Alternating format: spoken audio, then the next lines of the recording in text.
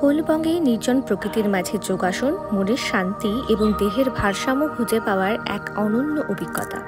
কোলবঙ্গে ভোরের সূর্যোদয় যেন প্রকৃতির নিজস্ব রঙের তুলিতে আঁকা এক অপরূপ ছবি। কোলবং দার্জিলিংয়ের এক অদ্ভুত সুন্দর এবং নির্জন পাহাড়ি গ্রাম, যেখানে প্রকৃতির স্নিগ্ধতা আর মায়াবী সৌন্দর্য মিলে এক হয়ে ওঠে। সবুজ চা বাগান, উঁচু পাহাড় আর শান্ত বাতাসের মৃদু স্পর্শে মন যেন হারিয়ে যায়। পথে যেতে পড়বে কার্শিয়াংয়ের মার্গারেট টেক, ঘুম স্টেশন এবং আরও না জানি কত সুন্দর সুন্দর আঁকাবাঁকা পথ, সঙ্গে টয় ট্রেন তো আছেই, এবং দার্জিলিংয়ের বিখ্যাত কিছু রাস্তা। সব মিলিয়ে চলুন শুরু করা যাক। সকাল সকাল উঠেছি আজকে, এখন বাজে 5:30।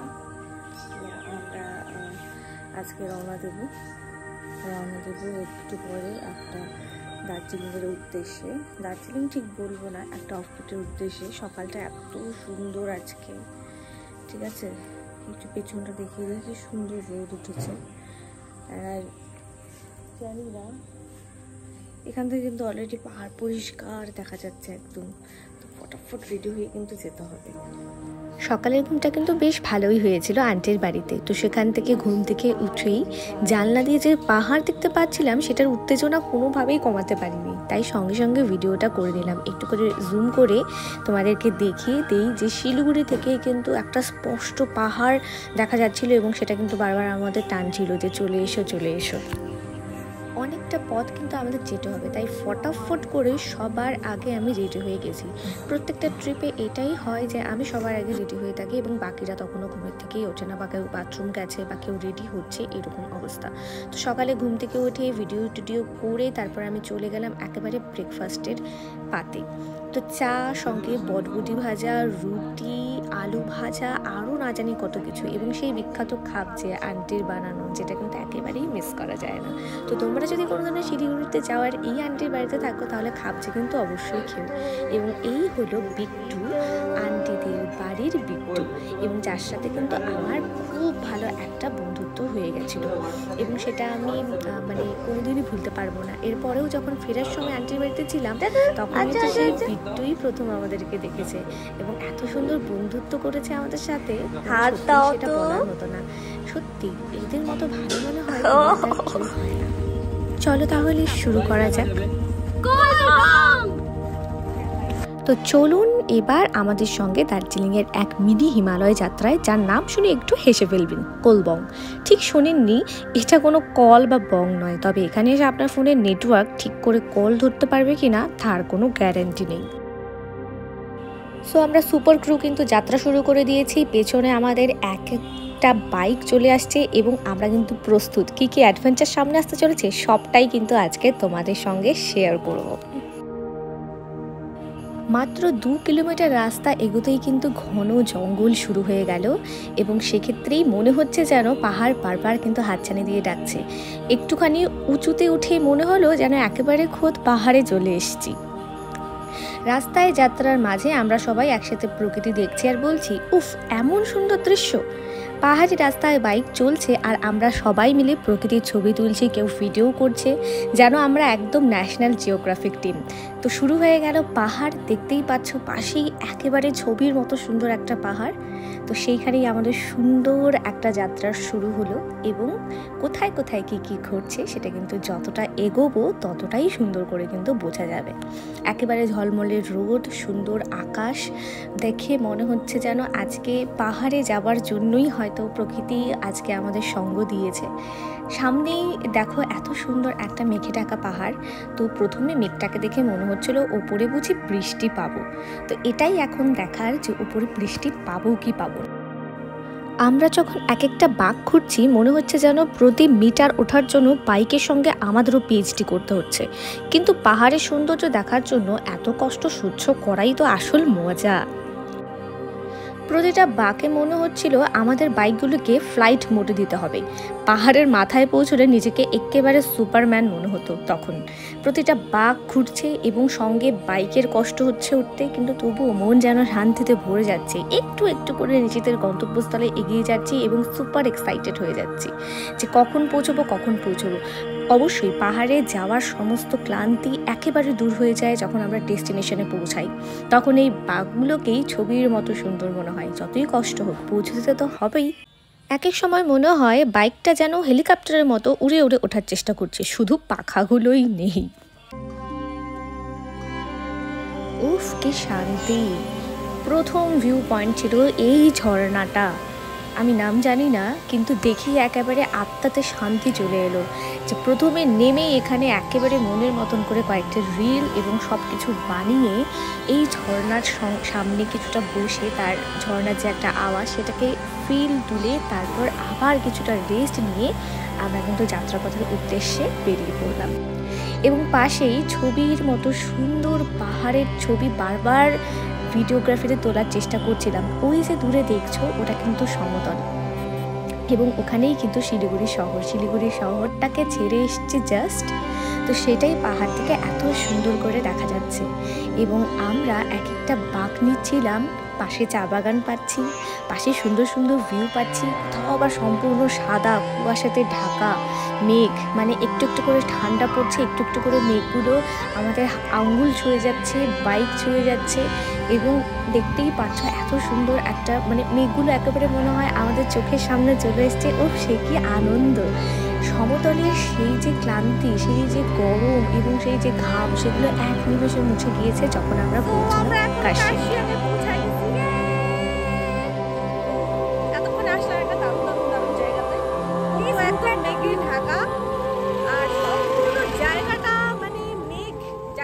কাশিয়াং পাহাড়ের কোলে লুকিয়ে থাকা এক ছোট্ট হিল স্টেশন, যা পাহাড়ের শ্বেতশুভ্র দিশা নামেও পরিচিত। দার্জিলিংয়ের খুব কাছেই অবস্থিত এই স্থানটি প্রকৃতির সৌন্দর্যে ভরপুর। চা বাগানগুলির সবুজ চাদর, মেঘে মোড়ানো পাহাড় আর ঠান্ডা হাওয়া এখানে পর্যটকদের মুগ্ধ করে। তীর্থঙ্কর, মহাবীর উদ্যান এবং ভিক্টোরিয়া স্কুলের মতো ঐতিহাসিক স্থানগুলি এখানে দেখতে পাবেন। আর 7 পয়েন্ট বা টয় ট্রেন রাইডের মধুর অভিজ্ঞতা যে কারো মন কেড়ে নিতে বাধ্য। তাই প্রকৃতি প্রেমী হলে বা একটু শান্তিতে সময় কাটাতে চাইলে অবশ্যই একবার এসে দেখে যান এই অপূর্ব পাহাড়ি স্থানটি। তো আমরা কার্শিয়াংয়ের বিভিন্ন রাস্তা বা মার্কেট দিয়ে যাওয়ার পরপরই পৌঁছে গেলাম একটা, আমার যেখানে যাওয়ার খুব ইন্টারেস্ট ছিল সেই জায়গাটাতে আমি কিন্তু পৌঁছে গেছি। একটু পরেই তোমাদেরকে সেই জায়গাটাতে নিয়ে যাব এবং সেই জায়গা সম্পর্কেও বিস্তারিতভাবে তোমাদেরকে বলবো। চলো যাওয়া যাক। সো চলে এলাম কাহানিমের টুইস্ট নিয়ে। আপনারা ভেবেছিলেন পাহাড়ে শুধু প্রকৃতির সৌন্দর্য পাবেন? ভুল। আমি আপনাদের নিয়ে যাচ্ছি এমন এক ক্যাফেতে যা পুরোপুরি অন্যরকম, মার্গারেট স্টেক। এই তো দার্জিলিংয়ের কাছেই এই সুইট ছোট্ট শহর কার্শিয়াং, আর তার মাঝে মার্গারেটস ক্যাফে, একটা শান্তির আস্তানা। ক্যাফের বাইরে থেকেই একটা স্পেশাল ভাইব পাওয়া যায়, যেন আপনি কফি হাতে বসে প্রিয় মানুষটির সাথে গল্প করবেন ঘন্টার পর ঘন্টা। এই ক্যাফেতে এসেই প্রথমেই দেখা হলো, না মার্গারেটের সাথে না, তবে তারই মতন হসপিটেবল স্টাফদের সাথে। আমার তো মনে হলো ওরা আমাকে ক্যাফের মালিকের মতো করে অভ্যর্থনা করলো। এমন হাসি হাসছে যেন আমি তাদের লাইফের নতুন বিউটি প্রোডাক্ট। আর এই ক্যাফের সব থেকে বড় প্লাস পয়েন্ট হলো এর পরিবেশ। মনে হবে আপনি নিজেই একটা ওয়েব সিরিজের প্রধান চরিত্র, আর গল্পটা হচ্ছে কফি আর গল্প। এখানে বসে থাকা মানে আপনি শুধু কফি খান না, আপনি একটা স্মৃতি তৈরি করেন। আর আমি কতক্ষণ ধরে যে বসে আছি সেটা বললে আপনারা ভাববেন আমি এখানেই থেকে গেছি। এখন আমি বলি, লাইক, শেয়ার এবং সাবস্ক্রাইব করতে ভুলবেন না। এমনই মজার কাহিনীর সাথে আমি আবার হাজির হব। ততদিন খুশি থাকুন, কফি খান আর ক্যাফে মার্গারেটসের মতো মিষ্টি মিষ্টি জায়গায় ঘুরে বেড়ান। তো আমাদের যাবার সময় চলে এসছে এবং আমরা আবার যাত্রাপথের দিকে পা বাড়াবো। ক্যাফেতে এসে সবাই ভাবছিল, উফ শেষমেশ একটু সমতল রাস্তায় এলাম। এখন বাইকটাও যেন হাফ ছেড়ে বাঁচলো। মনে হচ্ছে বাইকটা নিজেই বলছে এবার একটু দম নাও। কিন্তু ভাই, সমতল রাস্তায় তো মজা নেই। একটু ঝাঁকুনি না হলে তো পাহাড়ি রাস্তার আসল মজা অনুভব করা যায় না, তাই না?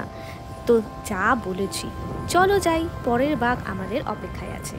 তো কথা না বাড়িয়ে আমরা কিন্তু আবার শুরু করলাম যাত্রাপথে। এবং এবার কাহানিমে আর একটা টুইস্ট, একটু পর থেকেই শুরু হয়ে গেল বৃষ্টি। এই বর্ষার পাহাড়, এই ঠান্ডা, এগুলো ফিল করতেই তো এসেছি। নেক্সট আমাদের ডেস্টিনেশন ছিল ঘুম স্টেশন। ঘুম রেলওয়ে স্টেশন ভারতের উচ্চতম রেল স্টেশনগুলির মধ্যে এবং দার্জিলিং হিমালয়ান রেলওয়ের একটি অনন্য গর্ব। প্রায় ৭,৪০০ ফুট উচ্চতায় অবস্থিত এই ছোট্ট স্টেশনটি বিশ্বের সবচেয়ে উঁচু রেলওয়ে স্টেশনগুলির মধ্যে একটি। ঘুম স্টেশনের অন্যতম আকর্ষণ হলো এখানে টয় ট্রেনের যাত্রা। পাহাড়ি পথে এই ছোট্ট ট্রেনের চাকার আওয়াজ, ঘুম স্টেশনের পুরনো স্থাপত্য এবং চারপাশের নয়নাভিরাম প্রাকৃতিক দৃশ্য আপনার হৃদয়কে ছুঁয়ে যাবে। এছাড়াও এখানে রয়েছে একটি ছোট্ট রেল মিউজিয়াম, যেখানে দার্জিলিং হিমালয়ান রেলওয়ের ইতিহাস এবং ঐতিহ্য সংরক্ষিত। যখনই ঘুমে আসবেন এখানকার নির্জনতা আর মেঘে মোড়ানো পাহাড়ের সৌন্দর্য আপনাকে প্রকৃতির আরও কাছাকাছি নিয়ে যাবে। ঘুম স্টেশন সত্যিই এক অপরূপ পর্যটন স্থল যা আপনার ভ্রমণকে স্মরণীয় করে তুলবে। ঠিক ঘুম স্টেশনের উল্টো পাশেই একটি দোকানে আমরা গিয়েছিলাম কিছু কেনাকাটি করতে। তো আমার ইনি একটা জ্যাকেট কিনলেন এবং এই জ্যাকেটটি যেটা আমারও খুব পছন্দ হয়েছে এবং এটা পরে কিন্তু আমিও ছবি তুলে ফেলেছি। এরপরে দেখুন সবাই যে যার মতো জিনিস দেখছে, কিনছে এবং এই যে দোকানটা, এটা আমি বলবো ছেলেদের জন্য একটা পারফেক্ট দোকান, কারণ এখানে অনেক ভালো ভালো জিনিস সত্যি কম দামে কিন্তু পাওয়া যায়। रीजनेबल प्राइस में बहुत सारा कुछ मिलता है यहाँ पे। आपका दुकान का नाम बोल दीजिए थोड़ा सा। मंटू स्टोर एकदम घूम स्टेशনের কাছে। ঘুম স্টেশন তার উল্টো পাশে হচ্ছে এই এত সুন্দর ছেলেদের কালেকশনের একটা দোকান। এই যে আমাদের রাজ স্টেশনে যাওয়ার রিল বানাবো না তা কি কখনো হয়, তো সেটাও কিন্তু আমরা কমপ্লিট করে নিয়েছি। একটা গানে আমরা ভিডিও বানাচ্ছিলাম।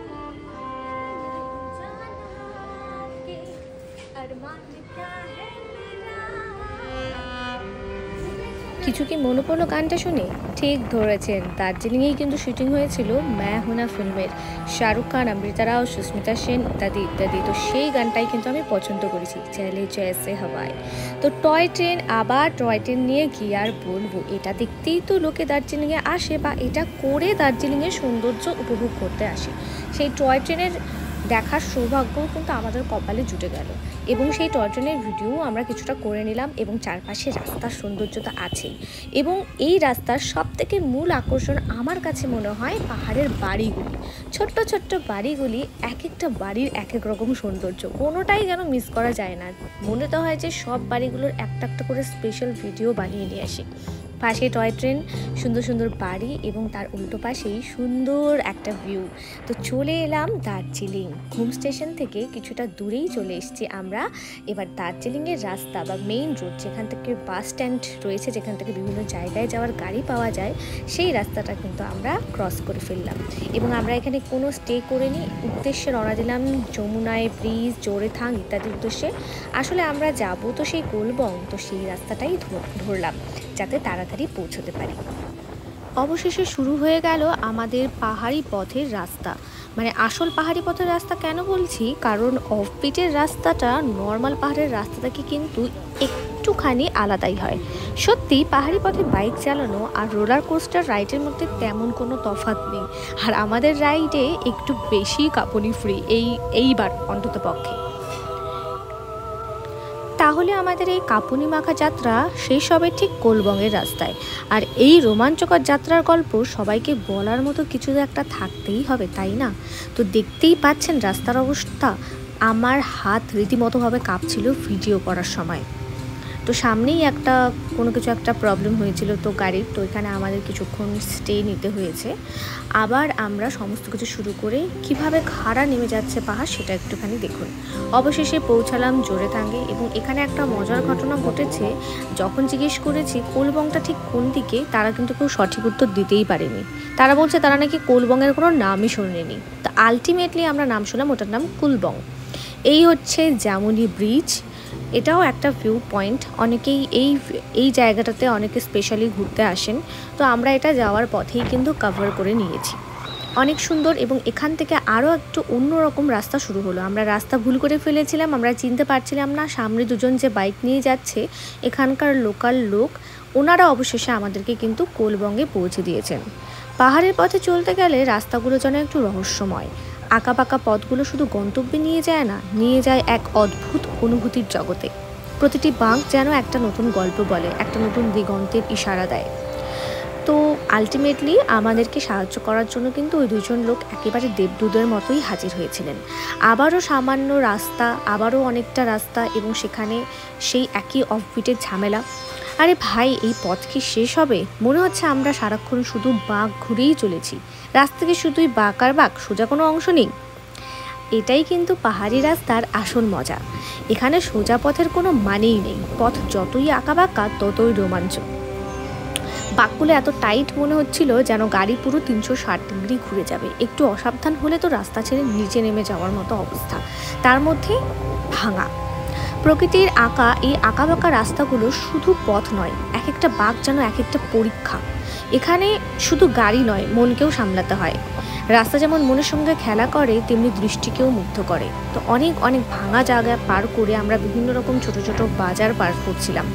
যদিও রাস্তা এত আঁকা বাঁকা, তবুও প্রকৃতি যেন চারপাশে হাত বাড়িয়ে বলছে, এটাই তো প্রকৃতির আসল রূপ, এটাই আমার সত্যিকারের সৌন্দর্য। তো আলটিমেটলি আমরা এমন একটা জায়গায় গিয়ে দাঁড়ালাম, সেখান থেকে দিদিবৈনী হোমস্টে আর কোনোভাবেই খুঁজে পাচ্ছিলাম না। তো সবাই একটুখানি টেনশনে পড়ে গেছিলাম, আদৌ কি যেতে পারবো কি পারবো না।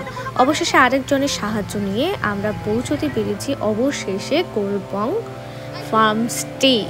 তো এই হচ্ছে আমাদের প্রথম একেবারে রুম, যেটা অনেকটাই বড় এবং অনেকটা স্পেশিয়াস। সবাই টায়ার্ড, সবাই যার মতো বলছে, কারো কোনো শক্তি নেই। সারাদিন জার্নি করে আসার পর সবাই ফ্রেশ হয়ে, ততক্ষণ আমি একটু তোমাদের বাথরুমের ট্যুরটা করে দিই। যাকে ওরা সবাই ড্রেস ফ্রেস চেঞ্জ করছিল, ফ্রেশ হচ্ছিল, তো আমি এদিকে একটুখানি ভিডিও করে নিচ্ছিলাম। তো এই হলো বাথরুম, একেবারেই নদীর কাছাকাছি, একেবারেই অনেকটাই নিচে পাহাড়ি রাস্তার থেকে। তো রুমটা কিন্তু আমাদের অনেক অনেক পছন্দ হয়েছে, এবং এরকমভাবে আমাদের কিন্তু 3টে রুম নেওয়া ছিল, দুজন দুজন করে। বাট আমরা 3টে রুমে কেন থাকবো ভাই, আমরা 2টো রুমে 3জন করে থেকেছি। একটা রুমে 3টে মেয়ে আর একটা রুমে 3টে ছেলে। এই হচ্ছে রাতের পাহাড়ের রূপ, চারিদিকে একদম জোনাকির মতো ছোট ছোট ছোট ছোট পাহাড়ের সারা গায়ে রাস্তা। এবং ওখানে আমাদের আর একটা রুম কিন্তু আছে, বাট আমরা অতটা নিচে যাইনি, ওপরের রুমগুলিতে আমরা ছিলাম। তো এই রাতের সৌন্দর্য যদি এত সুন্দর হয়, দিনের বেলায় এটা ঠিক কেমন হবে। তো চলে গেলাম খাবার খেতে। আমাদের জন্য খাবার রেডি করাই ছিল। তো খাবারের জন্য দেখিনি কী কী আছে। ভাত রয়েছে, তারপর রয়েছে একটা মুসুর ডাল সামথিং, তারপরে রয়েছে আলু ভাজা, এবং তারপরে ছিল আমাদের জন্য ডিমের ঝোল।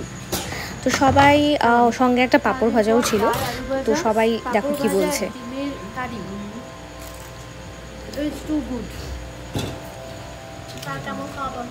তো খাওয়া দাওয়া শেষে সবাই ক্লান্ত হয়ে ঘুমিয়ে পড়ার পালা। কাল সকালে উঠে পুরো জায়গাটা সুন্দর করে এক্সপ্লোর করবো। ততদিনের জন্য তোমাদের সঙ্গে